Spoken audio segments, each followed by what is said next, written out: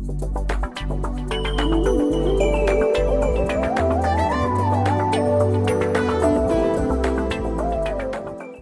bisa berjumpa kembali dengan Anda dalam kelas General Management dari Harapan Bangsa Business School.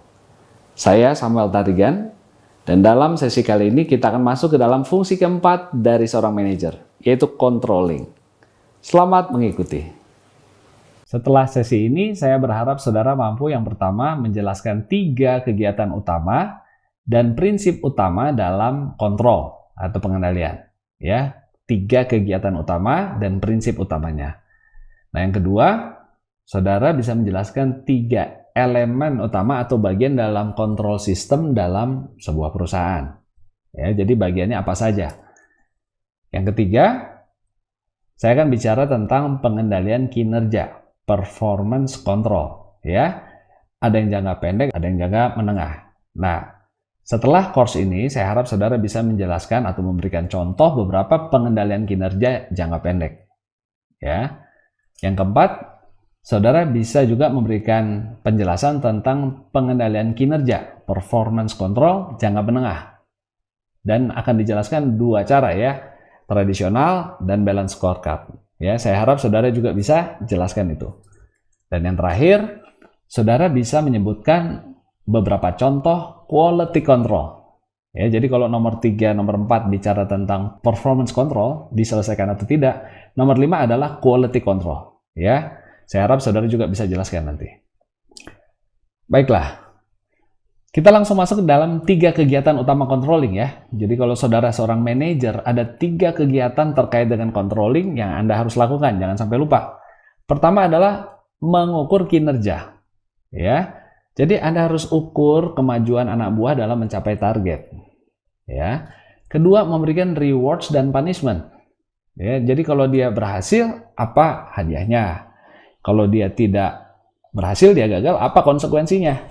Ya, dan terakhir memberikan tindakan korektif. Ya, jadi kita memberikan masukan bagaimana anak buah kita bisa memperbaiki situasinya. Nah, kita perlu kasih saran, kita perlu memberikan arahan. Ya, jadi jangan sampai diamkan, dia udah salah. Lalu kita atasan bilang, saya nggak mau tahu, pokoknya harus capai target. Ya, justru itu kita pimpinan harus membantu mereka memecahkan masalah. Kalau mereka belum mampu, pasti ada sebabnya kan? Nah, kita bantu memecahkannya. Oke?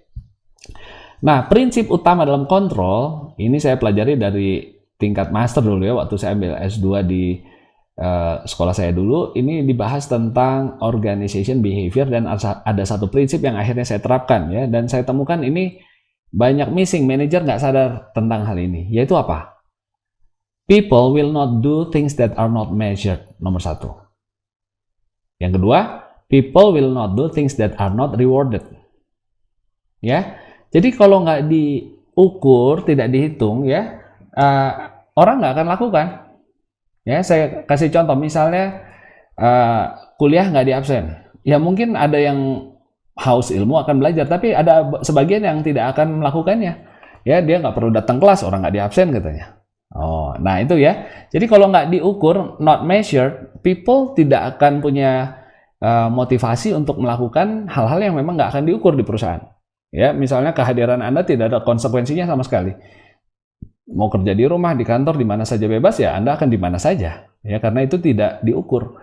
Nah, kedua, kalau tidak di reward, itu juga tidak apa namanya ya, tidak ada insentifnya buat Anda. Misalkanlah, katakan saya akan mengukur tugas-tugas, kelengkapan tugas Anda sebagai salah satu elemen penilaian.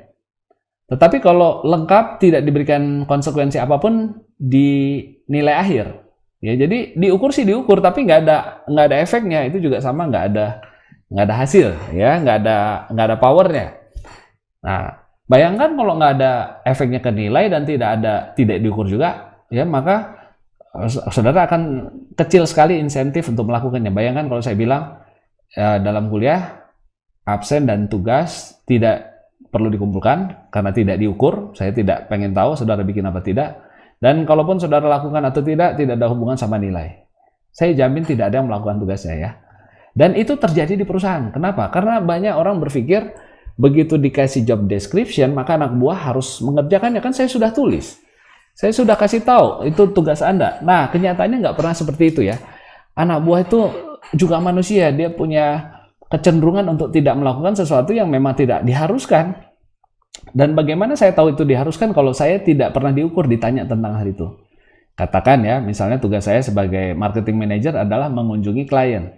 Tapi nggak pernah ditanya sama atasan saya. Ya, berapa kali kamu kunjungan minggu ini, bulan ini, dan nggak ada efeknya juga. Kalau saya kunjungan 100-200 kali, mungkin diukur, lalu dicatat sama bos ya 100 kali, tapi nggak ada efeknya. Nah, itu tidak mendorong saya untuk melakukan yang organisasi ingin saya lakukan. Ya, jadi kalau atasan saya ingin saya mengunjungi klien, harus masuk ke dalam pengukuran kinerja, measurement, dan juga ada rewardnya. Ya, jadi itu prinsip yang penting. Halaman ini sangat penting, saya harap saudara hanya ingat satu halaman ini pun cukup ya, nggak usah terlalu banyak teori. Yang penting Anda prakteknya, Anda bisa ingat ini, kalau saya punya anak buah, harus tahu dia targetnya apa, saya harus ukur, lalu setelah itu saya kasihkan konsekuensinya apa, reward atau punishment, dan bantu dia kalau dia belum bisa mencapai target. Oke, ini halaman yang sangat penting untuk prakteknya, ya, instead of buku textbook yang tebal, kalau Anda memang akan jadi manajer yang baik, ya tidak hanya belajar, tapi Anda harus mencoba membayangkan bagaimana melakukannya nanti hal-hal ini. Oke, jadi ini dia 3 kegiatan utama dan prinsipnya ya. Sekali lagi, prinsip ini kiranya saudara bisa ingat terus-menerus seumur hidup ya. Kalau nggak diukur, kalau nggak dikasih reward, nggak dikerjakan. Simple aja begitu. Jadi apa yang harus Anda lakukan? Ukur, kasih reward, punishment, dan kasih tindakan korektif, ya, artinya bantu mereka, kasih solusi kalau ada satu hal yang nggak tercapai terus-menerus, kasih solusi. Baik, saya akan lanjutkan ke dalam 3 elemen utama kontrol sistem di perusahaan. Ya, sekarang kita bicara perusahaan, itu ada bagian-bagian pengendaliannya. Ini banyak sekali ya.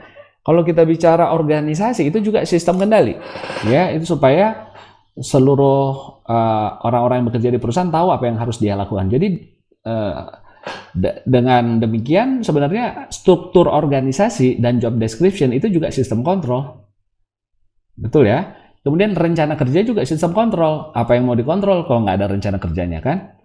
Nah, jadi ada banyak sebenarnya yang boleh dikategorikan atau disebut sebagai kontrol sistem, ya. Saya bisa sebutkan jadwal kerja pun sebagai bagian kontrol sistem, ya, akan banyak sekali, tapi kali ini saya akan batasi dulu kepada 3 elemen yang belum dibahas ya dari kemarin-kemarin, ya. Kalau Anda lihat masih ingat fungsi manajemen, yang pertama apa? Planning itu apa? Kegiatan utamanya masih ingat?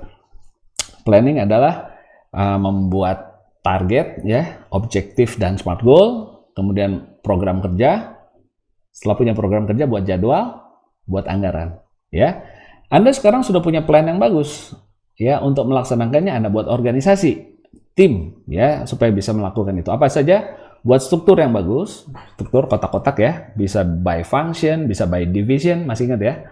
Setelah itu apa? Buat job description atau job specifications, masih ingat ya. Ya, kalau job specification ada job desk-nya, tapi juga ada KPI-nya ya, targetnya apa? Key Performance Indicator-nya. Oke, setelah itu Anda setelah buat struktur, buat job desk, lalu Anda staffing, cari orang yang tepat untuk menempati posisi tersebut ya.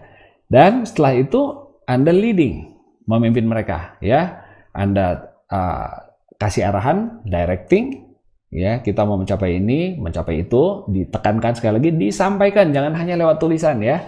Anda akan bekerja dengan manusia ya. Manusia itu tidak cukup hanya dengan email, tapi kadang-kadang Anda perlu ketemu, Anda perlu tegaskan ya, kita harus capai ini ya. Kita harus lakukan ini by when, kapan harus selesai. Nah, itu namanya directing. Kedua, kita juga memberikan training. Kalau mereka belum bisa ya dilatih. Kita lengkapi mereka dengan pengetahuan, dengan skill sampai mereka bisa. Bisa saudara yang latih atau cari pelatih dari luar. Ya, kalau Anda mau jadi manajer yang berhasil, pastikan anak buah Anda juga tambah pinter. Ya, nggak di situ-situ saja skillnya. Cari cara supaya mereka semakin mahir dan kalau bisa satu hari bisa menggantikan Anda juga. Oke, dan yang ketiga apa? Kita berikan motivasi. Ya, kita sudah bahas. Ada banyak teori motivasi ya, dan ada yang intrinsik, ekstrinsik, itu sudah kita bahas. Nah, ini semua sebenarnya bagian dari kontrol. Ya, tapi hari ini ada 3 bagian spesial yang belum dibahas. Yang pertama yang disebut performance control. Performance itu kinerja. ya output ya. Apakah dilaksanakan atau tidak? Kalau semua sudah punya plan, punya job desk, ya kita sudah kasih motivasi, kita sudah kasih training. Pertanyaannya, apakah dikerjakan atau tidak apa yang kita minta? Ya, sebagai atasan kita minta anak buah kita mencapai hal tertentu, bukan? Nah, itu hasilnya kita sebut performance, kinerja, output. Ya, kita harus kendalikan. Do people do what they are supposed to do? Ya, apakah mereka betul-betul melaksanakan apa yang kita minta? Itu yang disebut performance control, kinerja ya, pengendalian kinerja. Yang kedua, quality control. Ya, do they do it correctly? Ya, jadi kalau misalnya saya minta anak buah saya hari ini buat 4 kursi. Mungkin betul dia buat 4 atau 5 bahkan melampaui target ya, tapi salah semua. Nah, itu sama saja kan? Berarti ini bagian lain daripada performance. Kalau ini mengerjakannya yang kiri performance, tapi yang kanan adalah mengerjakannya dengan benar. Ya. Dan kita biasanya punya sistem yang berbeda di perusahaan ya, yang melaksanakan performance control, quality control ini bagian yang berbeda. Kemudian yang terakhir, budget control. Ya, apakah mereka melakukan kegiatannya sesuai anggaran ya, misalnya bagian sales, penjualannya mencapai target yang ditulis di anggaran. Biaya pemasarannya, biaya marketingnya sesuai target yang telah ditulis di anggaran. Ya, jadi ada 3 ya, performance dikerjakan atau tidak, dikerjakan dengan betul apa tidak, itu disebutnya quality, dan yang ketiga sesuai budget atau tidak, budget control. Nah, pelajaran kita kali ini hanya fokus pada performance control dan quality control ya untuk sesi kali ini ya. Dan budget control ini saudara akan belajar di mata kuliah lain ya, accounting, budgeting itu ada, costing yaitu kita punya pelajaran lain. Tapi kali ini saya akan menekankan tentang 2 hal ini karena manajer banyak sekali yang tidak mampu melakukan atau tidak tahu bahkan ini tugasnya mereka. Ya, banyak sekali kasus di mana terjadi kekacauan karena manajer hanya bilang, "Saya sudah kasih email, saya sudah kasih WA, saya sudah SMS, tugas dia apa?" Ya, manusia itu nggak seperti itu ya, di program langsung bener ya. Nah, harus dipantau, dilihat. Oke. Nah, performance control kita akan bahas yang ini dulu. Ada 2 jenis ya, satu jangka pendek, satu jangka menengah. No, jangka panjangnya mana Pak? Jangka panjangnya biasanya kita bicara tentang satu hal yang strategis ya, jadi itu sudah strategic review namanya, yaitu biasanya 5 tahunan, 3 tahunan. Tapi kita ngomong yang jangka pendek dan menengah saja dulu ya. Jangka pendek, ini short term, Anda bisa melakukannya dengan cara yang sederhana. Misalnya meeting.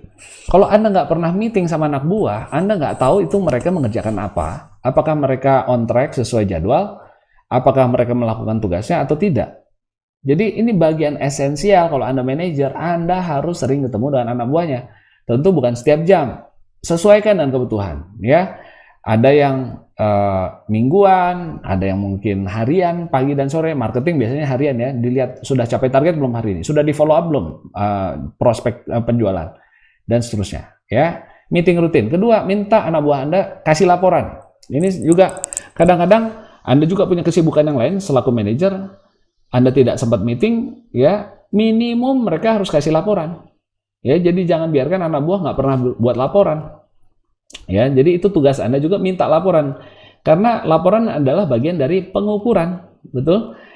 Kalau saya pengen ukur berapa hari ini penjualan, tolong laporkan setiap hari penjualan produk A, B, C, jam 4 sore sudah masuk di email saya. Nah, itu salah satu bentuk pengukuran kinerja. Ya, apa yang tidak diukur tidak dikerjakan loh. Ingat itu ya, sebagai manajer. Pastikan Anda mengukur apa yang Anda ingin capai. Kalau ingin salesnya maju, penjualannya meningkat, ya ukurlah itu. Sering-sering tanya, udah berapa nih sales? Nah, dengan kata lain, ada efek psikologis dari staff kita yang mengingatkan mereka bahwa atasan mereka ini sangat concern, sangat peduli tentang hal itu. Ya, jadi laporan. Kemudian emergency meeting atau ad hoc meeting, ini meeting di luar rencana. Ini juga harus ada. Kalau ada kekacauan, ada masalah, jangan bilang, "Oh nanti ya, kan jadwal kita minggu depan." Padahal klien ada yang lagi ngamuk-ngamuk, udah mau putus kontrak, dia bilang, "Saya pindah aja ke vendor lain, saya nggak mau urusan dengan Anda." Terus Anda bilang, "Nanti minggu depan ya." Tidak, ada situasi di mana kadang-kadang Anda harus meeting secara mendadak di luar rencana. Which is okay, ya, life is like that. Kemudian ada lagi yang disebut project review, project evaluation review. Ketika Anda baru menyelesaikan sebuah proyek, jangan langsung membubarkan tim atau hanya makan-makan ya, tapi harus ada evaluasi. Apa yang berhasil, apa yang belum berhasil, bagaimana kita melakukannya lebih baik next time. Ya, ini semua harus dilakukan, dan setiap kali project, kadang-kadang project tergantung project, ada juga project yang tahunan ya, tapi biasanya short term. Selesai sebuah project, dulu saya di consulting, tiap 3 bulan, 4 bulan, mungkin satu project, itu selalu ada evaluasi ya, apa yang baik, apa yang harus diperbaiki begitu. Nah, ya jadi apa saja? Meeting, laporan, kemudian ketika selesai project, jangan lupa juga evaluasi. Ya. Nah, apa yang dievaluasi? Tentu pencapaian target. Tujuannya apa? Project ini apa? Jadi jangan membuat project evaluation yang nggak ada hubungan dengan tujuan. Masih ingat contoh pada waktu planning ya? Saya sering temukan panitia itu tidak menemukan tujuan acara sehingga yang dievaluasi konsumsi lah, fotonya bagus apa tidak, kostumnya bagus apa tidak, acaranya tepat waktu apa tidak, tapi tidak pernah membahas apakah tujuan acaranya tercapai apa tidak. Jadi ibaratnya semua diperhatikan kecuali yang inti. Ya itu kan konyol sekali ya. Nah, jadi project evaluation, ya itu dia pencapaian tujuan. Nah, jangka menengah, ada yang disebut traditional annual performance review. Ini yang saya akan jelaskan ya. Ada dua. Satu unit atau satu manajer atau anak buah biasanya diukur paling tidak kinerjanya. Jadi outputnya itu setahun sekali. Ya, ini biasanya jumlah output ya, berapa project diselesaikan, berapa man hour yang diproduce. Ya, itu biasanya diukur berapa produk yang dihasilkan sehari. Itu disebutnya performance review. Jadi selama 6 bulan terakhir berapa produk yang kamu hasilkan. Kalau kamu tukang katakan merakit sebuah produk, ya itu yang diukur performance-nya. Kemudian di jangka menengah ada yang lebih baru yang disebut balance scorecard. Saya akan jelaskan, ini berbeda dengan cara tradisional. Ya, nanti saya akan jelaskan. Jadi perhatikan sekali lagi ya, 3 elemennya apa? Performance, quality, budget, dan untuk performance ada 2, short term, medium. Ya, yang di sini ada 2 yaitu traditional dan balance scorecard. Oke, quality control juga nanti saya akan jelaskan. Ada yang disebut statistical quality control. Ya, ini istilah yang lazim di pabrik-pabrik ya. Kalau Anda punya pabrik sampo, pasti ada statistical quality control ya. Dan ada juga disebut statistical process control. Ya, jadi kalau kita punya produk akhir sampo, ya SQC itu bicara sampo akhirnya itu sesuai standar nggak? Diperiksa ya, tentu nggak satu persatu dengan sampling. Ya, katakan dari 1 dus isi 100 kita periksa berapa? Itu ada aturannya, ada rumusnya ya untuk menentukan berapa sampel yang harus kita ambil di dalam sebuah batch ya. Satu batch produksi. Lalu kita buat peta kontrolnya. Kalau ini cacat, lalu cacat lagi ada 2 kali cacat, artinya itu jangan-jangan ada banyak yang cacat ya. Nah, itu ada aturannya. Itu disebut statistical quality control. Artinya outputnya itu diperiksa sesuai standar apa tidak. Nah, tetapi ada lagi yang disebut statistical process control. Ya, jadi kita belum melihat output akhir, tapi prosesnya sudah dilihat di tengah-tengah. Ya, jadi katakan ini baru membuat botolnya, belum sampai produk akhir yang sudah berisi sampo ya. Nah, mungkin di bagian botolnya pun kita sudah kontrol prosesnya, sehingga kita tahu ini proses ada, wah pembuatan botol ini nggak mungkin benar nih, ya karena apa? Suhunya udah nggak benar. Ya, kemudian ada getaran di mesin atau bahan bakunya tidak sesuai standar. Nah, itu proses kontrol namanya. Ya, jadi SQC dan SPC, ya statistical quality control, statistical process control. Kenapa ini pakai statistical? Karena kita menggunakan sampling, itu kuncinya. Ya, kita tidak periksa semuanya, tapi kita periksa berdasarkan sampel. Dan Anda mungkin akan belajar nanti ya pasti tentang bagaimana cara sampling. Ya. Terus ada yang disebut Pokayoke. Nah, ini akan saya jelaskan. Ada yang kita sebut checklist. Ada ISO standard. Nah, ini juga akan dijelaskan semua dalam presentasi kali ini ya, dalam kuliah kita kali ini. Jadi itu dia. Kemudian budget control, ada yang disebut project cost control. Ya, sudah berapa habisnya kegiatan kita ini? Biasanya di sistem accounting yang bagus itu ada bagian yang disebut project cost control. Ya, jadi biaya-biaya yang dikeluarkan oleh perusahaan itu tidak dihitung sebagai sekedar uang keluar, Tapi uang keluar untuk apa dan untuk proyek apa. Ya, jadi seluruh biaya proyek itu bisa dihitung. Ya, proyek A habis berapa, proyek B habis berapa. Nah, itu disebut project cost control.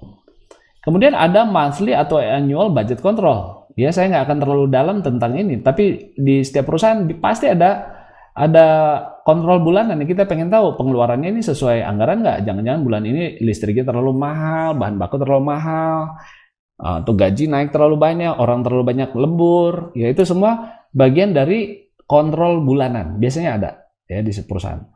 Dan supaya kita bisa mengendalikan, kita bisa kendalikan uang keluar, uang masuk, tentu harus ada laporan keuangan. Ini juga financial reporting adalah bagian dari pengendalian. Ya. Jadi pastikan kalau Anda manajer, nanti perusahaan punya sistem ini. Kalau Anda nggak punya financial reporting yang baik, maka Anda nggak tahu sebenarnya untung apa rugi. Ya, saya sering melihat kasus di mana ada perusahaan yang rasanya sih perusahaan saya itu untung, tapi kenapa nggak pernah berkembang? Malah rugi dan akhirnya tutup, bangkrut. Kenapa? Karena saya nggak punya laporan keuangan yang baik, semuanya berdasarkan perasaan, kayaknya kemarin ada uang masuk deh. Ya, dan uang masuk hanya dihitung sebagai uang masuk, padahal itu hadiah ulang tahun dari orang, Anda pikir itu dari penjualan Anda. Sehingga Anda pikir Anda untung. Ya, nggak bisa gitu. Uang masuk, uang keluar harus tahu dari siapa, untuk apa, masuk pos apa, proyek apa. Nah, pastikan Anda punya financial reporting yang bagus supaya Anda bisa menilai apakah perusahaan Anda sehat. Ya, ini bagian yang elemen kalau Anda punya punya organisasi, ya Anda harus terapkan ini semua. Ya, saya di usaha-usaha yang saya coba bangun pasti ada performance control, ada ya, balance scorecard ada. Ya, kemudian meeting ini nggak usah diceritakan ya, karena ini bagian utama dari kegiatan saya sebagai eksekutif ya. Hampir selalu meeting, laporan ya saya baca. Nah, quality control ini juga Anda terapkan di perusahaan ya, supaya hasilnya sesuai target Anda. Ya, dan tidak harus semuanya target yang terbaik loh. Ya, kalau Anda katakan mau membuat mobil Avanza, tidak perlu kualitasnya seperti Rolls Royce. Ya, jadi ketika kita buat quality control, bukan artinya membuat yang terbaik, bukan. Tapi sesuai rencana, sesuai target. Kalau saya memang mau buat Avanza, buatlah sesuai standar Avanza, bener gitu. Kalau saya mau membuat BMW, buatlah sesuai standar produk BMW yang sudah dirancang. Ya, jadi itu jangan sampai keliru ya. Ketika quality control Anda pikir harus selalu menghasilkan yang paling bagus, paling hebat ya. Tapi harus sesuai dengan standar. Oke. Baik, saya akan jelaskan tentang jangka menengah ya. Jadi traditional versus balance scorecard untuk performance. Jadi ini dikerjakan atau tidak. Jadi bukan bicara quality ya. Ini selesai apa tidak. Nah, saya nggak bicara juga tentang yang short term, tapi ini sudah bicara yang medium term. Umumnya secara tradisional orang itu akan melihat hasil keuangannya berapa. Berapa rupiah penjualannya? Berapa rupiah biayanya? Berapa rupiah untungnya? Ya. Oh, bulan ini kita jual 10 juta, biayanya 8 juta, untung 2 juta rupiah. Ya, itu pengukuran yang paling umum tradisional. Tetapi ada seorang profesor yang terkenal di Harvard bilang, sebenarnya ini tuh udah terlambat. Katakan ya, kalau target kita 3 juta profit bulan ini, tapi ternyata hanya dapat 2 juta, dan saya taunya setelah dapat uang 2 juta, berarti itu sudah kejadian, sudah terlambat. Betul ya? Jadi artinya, wah ini terlambat, saya udah tahu. Jadi perbaikannya akan baru dirasakan hasilnya nanti setelah 2 jutanya kejadian. Ya. Jadi profesor itu namanya Kaplan. Ya, Anda boleh cari, ini sangat terkenal. Dia ciptakan yang disebut balance scorecard. Ya, balance scorecard itu mengukur, dia bilang kalau manajer itu mengukur hanya financial measure, ini adalah ukuran terakhir, ini adalah output dari sebuah kegiatan dalam perusahaan. Oleh karena itu Anda harus menarik mundur kegiatan-kegiatan apa yang dilakukan sebelumnya. Karena hasil akhir keuangan ini kan adalah akumulasi dari banyak kegiatan lain di perusahaan. Jadi kita juga harus mengukur hal-hal yang menjadi leading indicator sebelum terjadinya profit atau hasil keuangan yang ditargetkan. Ya, pasti ada hal-hal yang sebelumnya juga mungkin dulu biasa nggak diukur, jadi terlambat. Taunya udah, wah ini udah salah. Jadi kita harusnya mengukur lebih di depan. Nah, apa itu? Nah, balance scorecard bilang kita harus ukur jangan hanya keuangan, tapi seimbang, balance ya.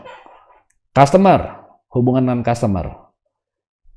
Proses internal, ya apakah sudah efisien? Ya, kalau kita mau kejar profit, ini customer harus di-maintain dengan baik, betul ya.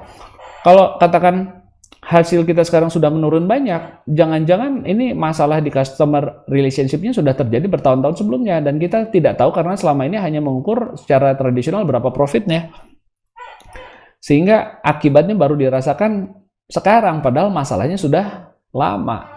Kenapa kita tidak tahu ada masalah? Karena kita nggak pernah mengukur hubungan dengan customer. Oke, demikian juga proses. Ya, kalau kita mau mencapai target profit, maka proses saya harus efisien. Ya, jadi kalau saya profitnya mengecil, jangan-jangan pemborosannya ini udah lama sebelumnya, berbulan-bulan sebelumnya saya udah boros. Dan saya tidak tahu karena saya nggak pernah mengukur ya internal proses. Nah, apalagi learning and growth.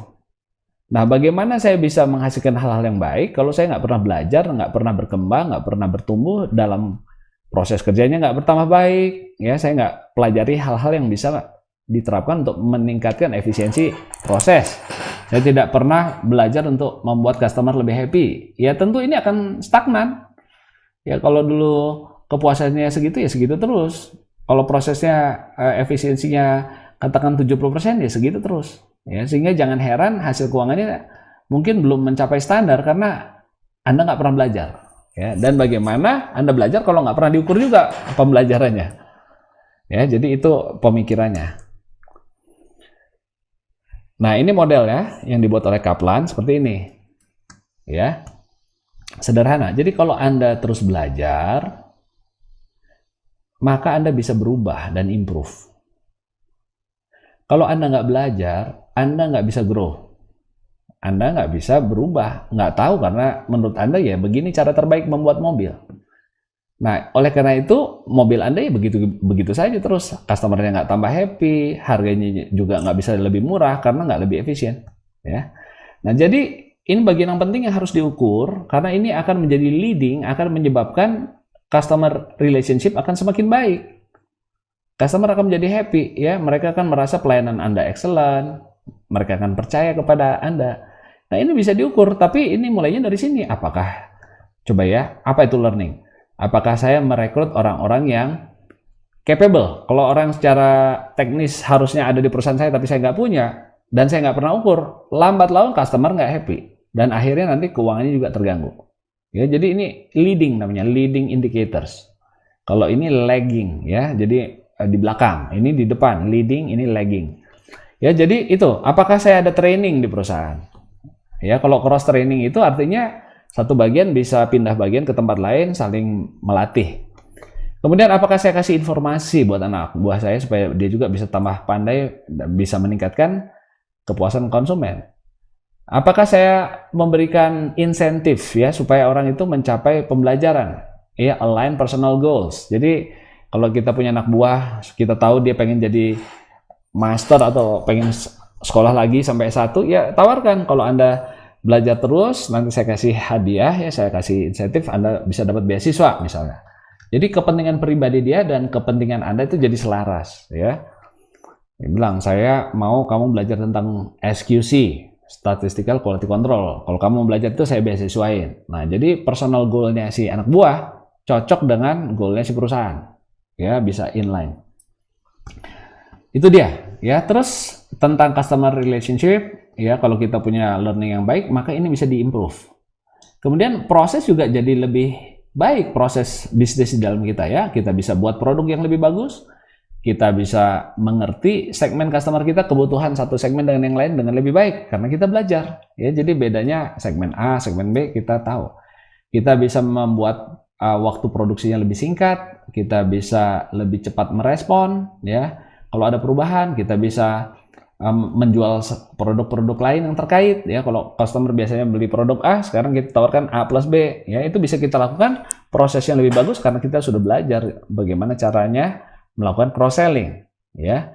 Kita bisa memilih channel penjualan yang lebih cocok, ya. Kenapa? Karena kita belajar, kita kumpulkan data. Ya, kita tanya customer mana yang Anda lebih suka. Ya, beli di online atau beli di toko offline sehingga Anda bisa pilih channel yang bagus. Nah, artinya apa? Learning ini baik dengan sekolah, dengan training, dengan survei, kumpulkan data, itu apa saja ya Anda harus pikirkan. Kalau mau sukses keuangan, customer mau happy, gimana cara bikin mereka happy? Apa yang harus dipelajari? Masukkan di kotak ini. Bagaimana supaya prosesnya memuaskan customer? Berarti harus murah, harus cepat, harus akurat, ya harus sesuai kebutuhan yang baru mungkin, makanya harus ada new product. Ya, jadi gambarnya seperti ini. Learning akan meningkatkan customer satisfaction, learning akan meningkatkan efisiensi produktivitas internal proses, dan ini juga akan membuat akan membuat customer lebih happy ya. Produk-produknya lebih relevan, lebih cocok sama kebutuhan mereka. Harganya mungkin jadi lebih murah ya karena Anda sudah belajar cara produksi yang lebih murah misalnya. Sehingga baik learning maupun internal proses ini punya panah ke sana ya, artinya membuat customer happiness akan lebih baik. Dan ini pada gilirannya akan menghasilkan penjualan, ya, broaden revenue mix, ya, artinya target keuangan itu jangan hanya rupiah, tapi revenue mix, ya, ada produk baru, ada produk lama, ada produk A, produk B, produk C, semuanya juga cukup rata, ya. Jadi kalau revenue-nya dari bermacam-macam sumber, ya, jadi mix-nya bagus gitu ya, nggak hanya dari satu produk, maka Anda lebih stabil, ya. Dan ini dicapai kalau customer juga punya produk baru yang merasa Anda punya produk baru Anda itu menjawab kebutuhan dia, ya. Dan bagaimana Anda bisa bikin produk baru kalau nggak pernah belajar? Jadi itu saling terkait, ya. Efisiensi artinya profit Anda bisa naik karena biayanya bisa ditekan, ya, dan seterusnya. Oke? Jadi gambarnya jangan lupa ya. Learning menyebabkan customer relationship meningkat, learning menyebabkan internal process meningkat, internal process meningkatkan customer relationship, dan keduanya ini meningkatkan hasil keuangan. Jadi sekali lagi, secara tradisional dulu orang hanya mengukur di sini, tapi terlambat karena ini pasti sudah hasil akhir ya. Itu adalah dampak dari hal-hal yang sebelumnya sudah terjadi, dan ini biasanya untuk memperbaiki ini mungkin butuh 1 tahun, 2 tahun, ya. Jadi kalau Anda sekarang menabur Anda akan menuai belakangan, ya. Jadi kalau nggak pernah menabur ya nggak akan menuai, kurang lebih begitu ya. Taburlah hal-hal yang baik, pada akhirnya nanti Anda akan menuai hasilnya. Ya, dulu nggak pernah diukur taburannya apa, kok kita nggak untung ya. Ya, secara tradisional hanya dilihat panennya berapa, padahal taburannya nggak pernah dilihat, dipupuk nggak, diurus nggak nih. Ya, jadi jangan mengeluh kalau hasil akhirnya buruk, terlambat kalau cuma mengukur di belakang, ya. Baik, jadi itulah yang kita sebut dengan pengukuran kinerja, performance. Performance bukan quality ya, performance measurement, ya. Untuk jangka menengah. Kalau yang jangka pendek tadi apa? Meeting, laporan gitu ya. Baik, sekarang saya masuk ke bagian yang di tengah, quality control. Masih ingat ya, ada POKAYOKE, ada checklist, ada ISO. Mengenai SQC, SPC tadi, Statistical Quality Control, Statistical Process Control, itu tidak dibahas di sini ya, karena itu sebuah proses lain. Bagaimana menentukan cara sampling, dan sebagainya, membuat keputusan apakah ini lolos apa tidak. Itu bahkan bukan hanya satu penjelasan tersendiri, itu adalah satu kuliah sendiri. Dulu saya waktu di teknik industri, itu diajarkan ya, bagaimana membuat Statistical Sampling Plan misalnya, ya. Baik, saya akan jelaskan satu istilah yang baru ya, POKAYOKE. POKAYOKE itu bahasa Jepang ya. Poka artinya mistake, yoke artinya proving. Ya, saya nggak tahu nih pronunciation-nya benar nggak, POKAYOKE atau POKAYOKE. Ya, saya sebutnya sih POKAYOKE, kayak orang Jepang gitu ya. Jadi mistake proving, menghindari kesalahan. Ya, jadi kalau Anda punya dokumen kan suka disebut ada proofing ya, proofreading, itu bisa mencari kesalahan. Nah, ini mistake proofing. Jadi POKAYOKE adalah sebuah istilah Jepang yang artinya menghindari, sebuah cara untuk menghindari kesalahan yang tidak disengaja, inadvertent error. Ya, jadi bagaimana kita menghindari kesalahan-kesalahan yang konyol yang sebenarnya bisa dihindari. Ya, jadi kata kunci yang sering dihilangkan itu adalah inadvertent ya, sesuatu yang tidak disengaja ya. Nah, jadi ini tidak sengaja itu kadang-kadang nggak kita pikirkan ya. Aduh, orang bisa keliru tanpa sengaja dan kita pikir kan orang sudah tahu harusnya nggak begitu. Namanya juga nggak sengaja. Kalau nggak sengaja ya orang harus dibuatkan sistem supaya dia bisa terhindar dari kesalahan tak sengaja tersebut ya. Jadi Poka-yoke itu adalah sebuah mekanisme dalam sebuah sistem manufacturing yang bisa menolong operator ya menghindari, bahasa Jepangnya yokeru ya, mistakes poka. Jadi yokeru poka ya, menghindari kesalahan. Makanya disebut Poka-yoke ya, mistake proofing, penghindaran kesalahan secara tidak sengaja ya, kesalahan yang tidak sengaja kita hindari. Nah, Poka-yoke ini banyak contohnya ya. Saya berikan contoh nih. Kalau Anda lihat stop kontak itu kadang-kadang colokan listrik ya. Ada yang lebih besar sebelah. Ya. Kenapa dibuat begitu? Supaya tidak bisa terbalik ya. Kalau jalur katakan aki kabelnya itu ujungnya kalau seandainya memang tidak boleh terbalik kabelnya, yang positif ke positif, negatif ke negatif, dan kalau terbalik bisa meledak, Anda harus bikin cara ya. Jangan dibuat sama besar seperti ini, ya, karena ini sangat rawan terbalik. Oke? Nah, jadi Anda tahu pasangannya pasti ke sini, karena satu besar, satu kecil misalnya. Itu salah satu contoh cara menghindari terbalik. Jadi jangan dibuat simetris. Ya, contoh lain ini USB ya. Ini kabel USB, coba Anda lihat nih. Bentuknya seperti ini. Jadi ini nggak bisa terbalik kan? Ada 4 pin ya di dalamnya. Tetapi ini juga 4 pin semua. Ada yang 5 pin. Nah, ini 4 pin ini, tipe B ini USB, kalau ini USB tipe A, tipe B ini kan nggak bisa terbalik nih. Nah, tipe tipe A ini nggak bisa terbalik, tapi sering salah colok ya. Saya di sini ada nggak kabel USB ya? Anda sering nggak kabel USB itu agak susah masukkannya? Kita kira menghadap situ, padahal terbalik. Nah, memang secara Poka-yoke itu udah cukup memadai, artinya tidak akan bisa terbalik ya. Anda nggak bisa colokkan kalau terbalik pin 1 ke pin 4 misalnya, kebalik posisinya. Ya, yang 4 ke sini, yang 1 ke sini terbalik, itu nggak bisa dicolok kalau USB, ya kan? Nah, tetapi bentuknya hampir sama, kotak, jadi agak susah lihatnya dari jauh, sehingga seringkali harus 2-3 kali baru benar. Ya. Nah, jadi tipe A ini kurang bagus, tipe B masih lebih bagus. Secara visual Anda langsung tahu atasnya mana, bawahnya mana. Nah, kemudian mini, yang tipe mini, ada mini A, mini B. Ini juga agak-agak susah ya lihatnya ya. Ini bisa ketukar ya, yang A sama B ini agak mirip. Terus ada micro USB. Micro USB bentuknya seperti ini ya. A, B, sekarang ada yang C ya. Nah, yang terakhir saya ingin kasih lihat. Nah, ini contoh ya. Ini contoh USB yang sering terbalik ya. Karena dari luar kita lihatnya hampir sama ya. Coba Anda lihat di sini, ini sama saja. Tuh. Betul ya, sama saja. Ini nggak ada bedanya, hampir nggak ada bedanya. Makanya sering terbalik. Nah, yang baru-baru USB-C itu memang tidak terbalik. Jadi diciptakan satu sistem yang sekalian ya. Kalau diputar pun nggak ada masalah. Itu jauh lebih mudah.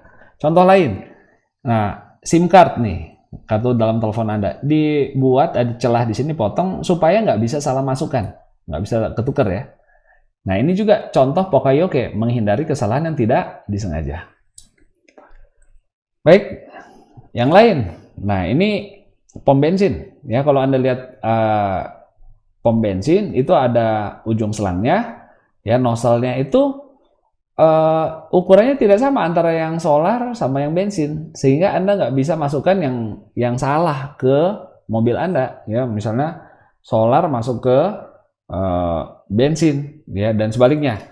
Nah, diameternya itu tidak sama, sehingga kalau ini contohnya ya, leaded fuel, kalau ada yang mengandung timbal ya, itu di luar negeri biasanya bensinnya ada macam-macam, boleh pilih. Itu juga dibuat nggak bisa tertukar ya, karena diameter nozzle-nya ini beda. Nah, ini Poka-yoke lain lagi yang tujuannya menghindari apa? Salah penempatan. Ya, jadi kalau ada hilang satu, Anda pasti lihat ini garisnya hilang satu, dan bayangkan urutannya pun nggak bisa terbalik ya, dan itu jauh lebih cepat, lebih mudah daripada pakai angka. Oh, ini nomor 3 hilang, nomor 4 hilang. Atau nomor 4 tertukar dengan nomor 2 posisinya ya. Itu secara visual dari jauh sekalipun tanpa harus membaca, sistem ini akan bisa menunjukkan kalau ada yang salah tempat atau missing.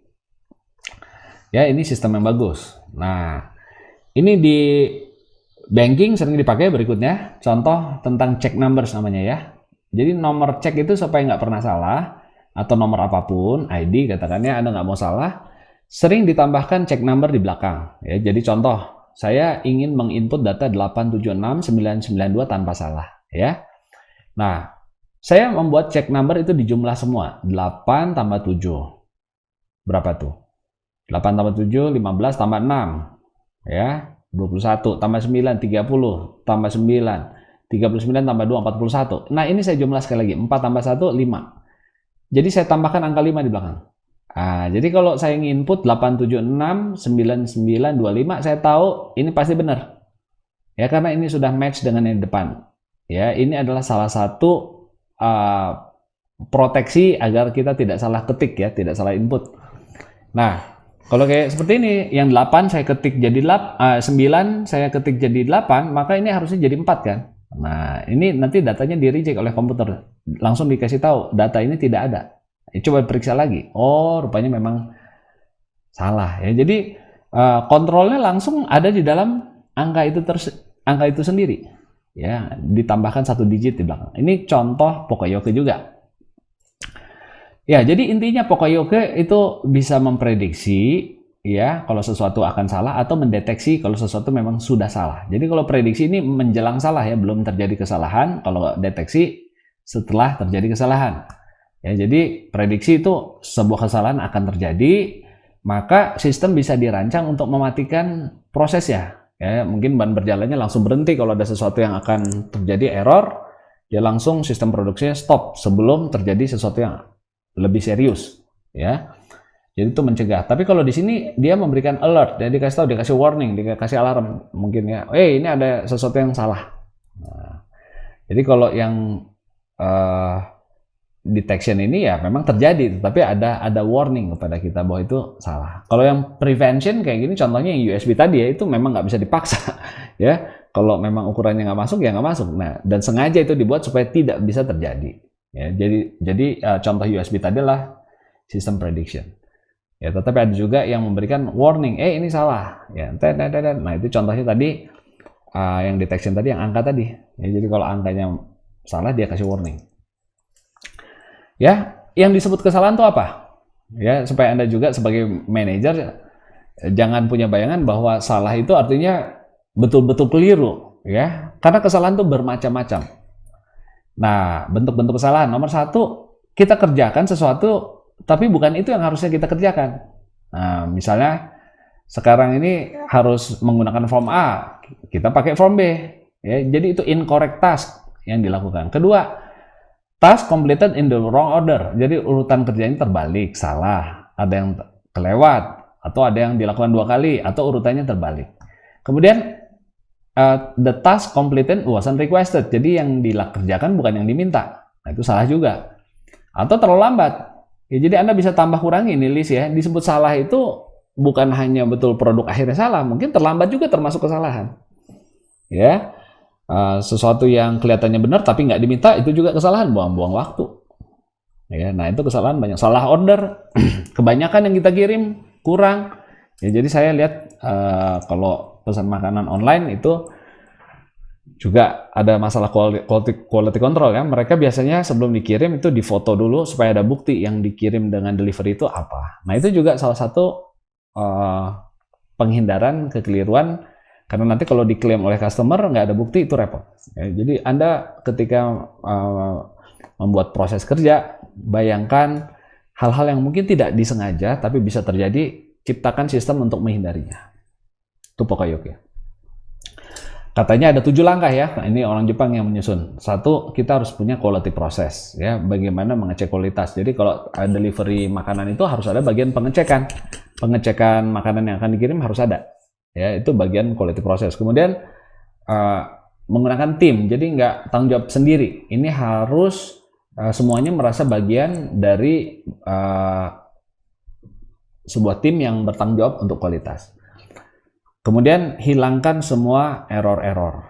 Ya, kesalahan-kesalahan itu kita harus punya sikap untuk selalu kita hilangkan. Kemudian cari akar masalahnya. Kadang-kadang error itu ada akar masalahnya lagi. Dan kalau bisa Anda temukan dan pecahkan masalahnya. Do it right the first time. Ini attitude yang sangat baik ya. Saya belajar ini di teknik industri dulu ya. Jangan kita berpikir bahwa karena itu bisa dibetulkan, ya nggak apa-apa. Yang penting nanti dibetulin, nanti toh kalau salah bisa diperbaiki. Nah, di istilah production ya, kalau ilmu production itu ada yang namanya rework. Ya, sesuatu yang salah diperbaiki lagi namanya rework. Itu mahal, itu biaya, itu kehilangan waktu, itu kehilangan sumber daya. Dan rework adalah inefisiensi atau kesalahan yang bisa dihindari sebenarnya. Kalau kita melakukannya do it right the first time. Jadi do it right the first time ini lebih pada sikap yang harus ditekankan pada karyawan kita, anak buah kita. Ajarkan ya. Kalau masak, masak benar yang pertama. Langsung benar pertama. Jangan coba, waduh, salah ya, nanti kan bisa ditambahin. Nanti kan bisa dibetulin. Jangan. Ajarkan sikap untuk melakukan sesuatu dengan benar sejak awal, ya. Nah, itu dia do it right the first time. Kemudian eliminate non-value adding decisions, ya. Jadi semua hal-hal yang tidak menambah nilai dalam perusahaan kita, kegiatan-kegiatan yang tidak ada value-nya buat customer, buang. Contohnya, kalau Anda bikin surat banyak kesalahan, ya, di print ulang, print lagi, salah lagi, print lagi, salah lagi, print lagi. Itu kan biaya. Ya, biaya. Nah, customer Anda sebenarnya tidak akan mau membayar Anda untuk kegiatan yang salah-salah terus seperti itu. Karena itu pasti masuk ke cost produk yang akan dibayar customer. Ya, kalau Anda ongkos printnya mahal di kantor Anda, mau nggak mau biaya itu akan dipass through ke customer, nyampe ke customer. Ya, dan mereka akan rasa kok mahal ya produk Anda. Padahal karena di dalam sering sekali ada kegiatan yang tidak bernilai tambah, yaitu ngeprint ulang misalnya. Kemudian perlu juga Anda implementasikan sebuah pendekatan continual improvement approach, ya, di mana kualitas itu nggak langsung baik, tapi yang penting ada perbaikan terus-menerus. Ya, jadi sistem ini nggak mentargetkan kesempurnaan, tapi yang penting nggak boleh statis, harus next cycle lebih bagus daripada sekarang, bulan depan harus lebih baik sekarang. Nah, itu yang disebut continual improvement approach, ya. Baik, oke, sudah. Itu adalah salah satu quality control. Nah, bentuk lain yang sering kita lihat namanya checklist. Ya, ini kebetulan saya kasih contohnya event checklist, mirip dengan yang digunakan di ITHB kalau buat event, ya. Mulai dari tujuannya apa, harus ada elemennya apa, temanya apa, pembicaranya siapa, budgetnya berapa, sudah disetujui belum, dan seterusnya. Kalau di ITHB kita sebutnya event full cycle management, karena sebelum acara, pada saat acara, sesudah acara, itu disebut full cycle. Itu harus dibuat checklist. Kalau enggak, kita melakukan sesuatu yang berulang-ulang seperti ini dan tidak tambah bagus. Itu sangat menyedihkan, ya. Masa kita sudah buat event yang sama puluhan kali tapi nggak tambah pinter, ibaratnya gitu, ya. Kita berharap bahwa dengan adanya checklist ini, pembelajaran dari siklus sebelumnya diteruskan ke acara berikut. Jadi kalau kita udah tahu kursi harus dilebihkan karena suka ada tamu yang tidak diduga. Nah, itu jangan tiap kali acara, oh iya ya lupa. Bagaimana menghindarinya? Dimasukkan dalam checklist. Ini checklist lain lagi, contohnya, ya, Anda bisa lihat di internet ada banyak sekali contoh checklist yang bisa dipinjam, disesuaikan, dimodifikasi sesuai tugas Anda nanti. Ya, jangan sebagai manajer nggak pernah buat checklist. Ya, nanti anak buahnya mengerjakan performance controlnya ketika dicek dikerjakan tapi nggak sesuai standar apa yang diharapkan, ya. Nah, ini kalau mau project berkualitas itu harus ada checklist, ya. Saya lihat ya di WC aja sekarang kan di mall ada checklist, di kampus juga ada checklist, ya. Bagaimana dengan tisu, wastafel kering nggak, kapan terakhir disapu, dan seterusnya ada checklistnya. Itu toilet, ya, apalagi kalau membuat mobil pasti ada checklist, ya. Dicek apakah sudah berfungsi, apakah sudah bersih ketika akan diantar ke customer, apakah bannya nggak kempes, semuanya itu pasti ada checklist, ya, supaya customer happy waktu dia membeli sebuah produk, apalagi kalau mahal seperti mobil, ya. Anda nggak mau ketika Anda terima mobil, lupa, rupanya joknya masih beda warna, belum dicek. Terus kemudian ada yang ketinggalan, sekrupnya hilang 5, waduh, ya, nggak mungkin. Itu Anda harus buat checklist. Jadi saya udah berikan contoh tadi Pokeyoke, mistake proofing, checklist adalah salah satu cara. Saya ingin kasih tips buat Anda, ini salah satu yang berguna buat Anda menghindari kesalahan. Kemudian ada yang disebut ISO control. Ya, ISO ini adalah International Standard Organization, ya, organisasi standar kualitas dunia. Nah, dia punya standar kualitas macam-macam, Quality Management System, ISO 9000. Ini udah ada yang lebih baru, ya, sekarang, ya. Kemudian Quality Management System ISO 9001. Kemudian ISO 14000 Environmental Management Standard. Jadi ISO ini kerjanya membuat standar. Ada banyak ribuan standarnya, ya. Tapi yang kita sering lihat yang seperti ini, ya, yaitu quality management system dan quality environmental. Itu juga cukup sering kita dengarkan sekarang, ya. Banyak yang menggunakan, termasuk ITHB juga menerapkan ini. Ini adalah membuat standar-standar proses dan output, ya. Jadi harus seperti apa sih mengerjakan sesuatu? Itu ditulis dalam flowchart, dalam form, dalam kebijakan yang jelas, sehingga semua orang tahu, oh ini sesuai standar, yang itu nggak sesuai standar. Ya, jadi kalau kita nggak punya standar, maka apa sih yang disebut benar, apa yang disebut salah, kan jadi relatif. Nah, jadi orang bisa ribut nanti di dalamnya, customer bisa keburu komplain. Baik ya, jadi itu yang kita sebut quality control system, salah satunya ISO, ya, ISO 9000, ISO 9001, ISO 14000, ini ada banyak nomornya ya, nanti Anda bisa lihat. Apa akibatnya kalau Anda punya ISO? Bukan produknya paling bagus di pasar, bukan, tapi konsisten. Ya, kalau Anda bikin mobil yang murah, ya kualitasnya di situ ya konsisten segitu, nggak jadi Mercy, nggak. Ya, apalagi kalau mobil mahal, ini harus ada ISO-nya ya. Biasanya hampir semua manufacturing yang world class pasti punya quality standard yang bagus ya, termasuk ISO di dalamnya, sehingga customer tidak kecewa ya, kok hari ini beli Mercy rasanya beda gitu. Nggak mungkin, dia akan pastikan itu dihindarkan ya, kesalahan seperti itu. Dia akan pastikan semua sesuai apa yang ditulis. Kenapa? Sejak awal prosesnya juga sudah seperti itu, membeli bahan, ya, menerima plat besi, menerima ban, itu semua juga sudah ada prosedur yang harus diikuti, dituliskan, ya. Nah, di Bandung ini saya sering memberikan contoh, ada salah satu lab yang menggunakan ISO dan saya sangat senang ya ke sana. Kenapa? Karena bahkan cara mengambil darah pun dia ada ISO-nya, nggak sembarangan. Nah, tangan kiri apa kanan, itu semua sudah sesuai standar, dan menyimpan darahnya pun labelingnya langsung pakai electronic printing ya. Jadi selesai kita pendaftaran, dikasih stiker yang tinggal ditempelkan di sampel darah, sampel urin, itu semua nggak bisa ketuker. Ya, itu adalah quality control. Bayangkan kalau hasil diagnosa saya tertukar dengan sebelah saya yang mungkin sakit parah, saya bisa stres, dia bisa happy. Padahal dia yang perlu pertolongan, saya sehat-sehat tapi jadi stres ya. Nah, itu di lab itu menurut saya luar biasa ya, karena di Bandung itu nggak banyak yang pakai ISO saya lihat. Ya, untuk lab ya, lab kesehatan. Nah, saya rasakan sekali perbedaannya. Ya, by the way, saya tidak kerja di sana dan bukan sales di sana, tapi saya harus akui ada yang sangat-sangat detail dalam memperhatikan, termasuk penyimpanan darah, penyimpanan sampel-sampel kita itu tidak bisa ketukar. Itu sangat berbahaya kalau sampai ketukar. Jadi itu yang bisa saya sampaikan ya mengenai quality control. Saya harapkan Anda bisa terapkan dalam tugas besar Anda, mulai berlatih menerapkan performance control yang jangka pendek ya, meeting ya, harus banyak meeting, minta laporan dari anggota tim ya, itu yang jangka pendek. Kemudian tentu balance scorecard tidak selalu bisa karena ini jangka menengah, biasanya tahunan paling cepat ya. Paling tidak quality control Anda bisa terapkan ya, quality control, ada pokoyoke, ada checklist, ya, itu hal-hal yang Anda bisa terapkan mulai sekarang untuk menghindari kesalahan-kesalahan. Ya, saya harap Anda praktekkan ini dalam banyak situasi ya, supaya Anda menjadi manusia yang berkualitas dan mencapai target. Ya, kalau ke kampus jangan ketinggalan ini, ketinggalan itu. Ya, Anda punya tugas apa, lupa ini, lupa itu. Nah, itu semua bisa dihindarkan. Ya, kalau Anda punya sistem yang baik dan memikirkan bagaimana supaya mencapai target. Selamat berlatih.